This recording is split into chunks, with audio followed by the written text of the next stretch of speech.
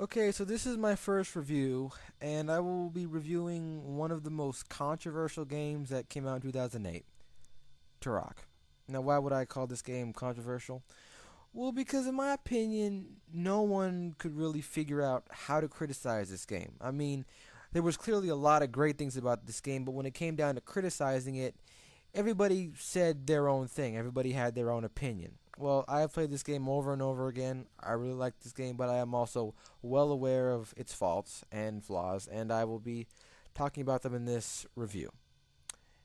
Okay, so basically, in this Turok, you're not like some mystical warrior.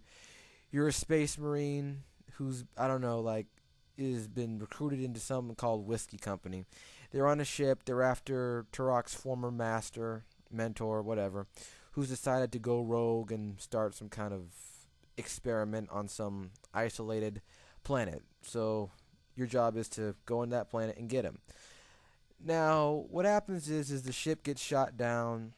You crash land on the planet, and from there on, it's survive and also get to the main enemy. Kill the guy, the mentor. Okay, so the story to me is not going to win any awards, but it is a good story. Every once in a while there'll be a flashback of something that happened in Turok's past, something to reveal something, and it kind of adds that a little bit of intrigue, keeps you motivated, and the characters in this game are actually pretty good. You got Slade, which is voiced by a guy who voices another guy named Slade.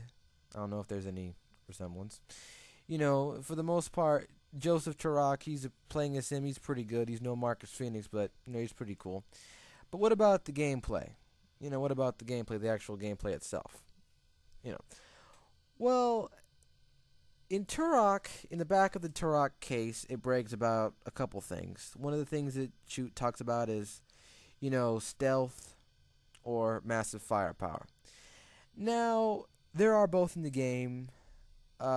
The stealth in the game, for the most part, is pretty good. You run around in the jungles with a knife, a bow and arrow, and I gotta say, this is the more satisfying part of the game. Sneaking up behind a guy, nailing him with a knife for those cool little animations they got, or pinning a guy to the wall with a bow and arrow. Stuff like that is really cool. But when it comes to stealth combat, it's great. There's nothing wrong with it. But one thing that kind of makes the stealth a little annoying are two things. First of all, the level design. There is nothing wrong with the level design, but I mean, it's not as open as Far Cry. You're basically in like these kind of corridor style levels. I mean, you can explore them, but it doesn't seem like they're exactly geared towards stealth. There's only so many places you can hide. There's only so many places you can sneak from and stuff like that. Another thing that kind of messes with the stealth in this game are the AI, and it's, I guess, humorous in an annoying way. Um, in Turok, the enemy never exactly does what he seems like he's supposed to do.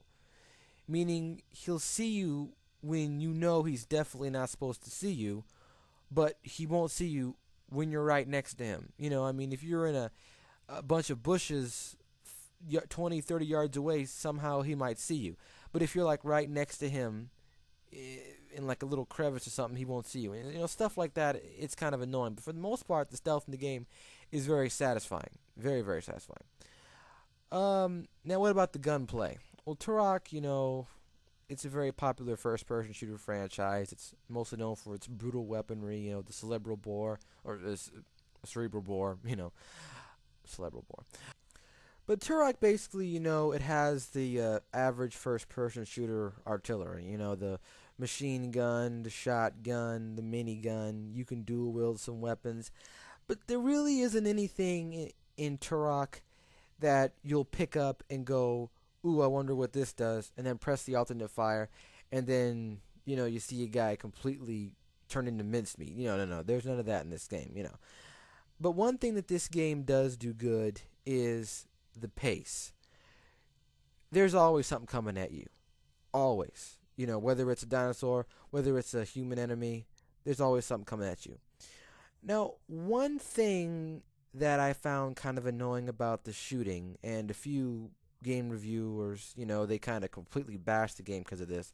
I don't think it's that bad personally, but it is somewhat of an issue. Is that there's really no auto aim in this game. The aiming mechanics, they're kind of sensitive. Now if you turn down the sensitivity to low, it's pretty okay, but even then, it can get kind of annoying. Now, it's nothing to hate the game for, it's just something to work with. But generally, the shooting is pretty good. The AI, they'll try to rush you and everything. And one thing that I really did like about this game is of course, the dinosaurs. All the dinosaurs seem like dinosaurs, act like dinosaurs. They'll lunge at you. They'll I don't know, they'll sometimes like run away real quick and then try to ambush you from another corner. If you explore the jungle real good, a dinosaur might actually pop up out of a bush and try to kill you, and you can fend it off with one of those really cool looking malls. But the dinosaurs are pretty cool. You know, that's what Turok is all about, the dinosaurs. Now, when it comes to the graphics in this game, that is one thing that I was a little agitated by. In general, this game does look very good. But, there are these textures here and there that look kind of flat. A couple little animations that look kind of cheap. Really, I mean, this game could have looked a lot better, especially after seeing what the Unreal 3 engine was capable with games like Unreal Tournament 3 and stuff like that. This game could have just looked just a little bit better. It's a good looking game, but it still could have looked a little bit better. And even, I don't want to harp, but even the special effects aren't all that cool. They're not that shiny. There's not a lot of flashing, but for the most part, the game looks okay. I just wish it could have looked a little bit better. One thing that I really did like about the game was the sound design. All the dinosaurs, they sound just right, the way they roar, the way they, act, the way they, the soundtrack in the game is, pretty good. It's your average Turok style first person shooter soundtrack. One thing I kind of liked about this game was the voice acting. When every once in a while the AI, your ally AI, will kill a dinosaur and say something like, dang things should be extinct. Little tidbits, little small little funny stuff like that.